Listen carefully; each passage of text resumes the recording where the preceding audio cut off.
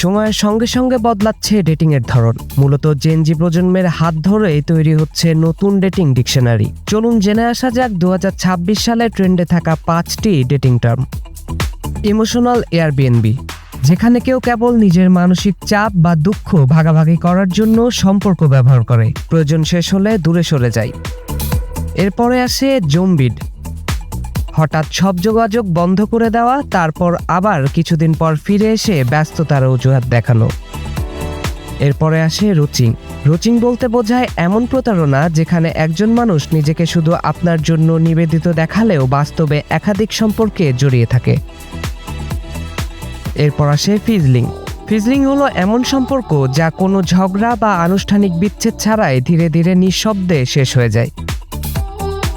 সবশেষে আসে পকেটিং, সম্পর্কে থেকেও পরিবার বা বন্ধুদের কাছে নিজেকে সিঙ্গেল হিসেবে উপস্থাপন করা, যা দীর্ঘমেয়াদে একটি রেড ফ্ল্যাগ হিসেবে ধরা হয়। ডিজিটাল যুগে সম্পর্কের সংজ্ঞা বদলাচ্ছে প্রতিনিয়ত, আর সেই পরিবর্তনের সঙ্গেই জন্ম নিচ্ছে এমন নতুন শব্দ ও অভিজ্ঞতা। Desk report, news 24।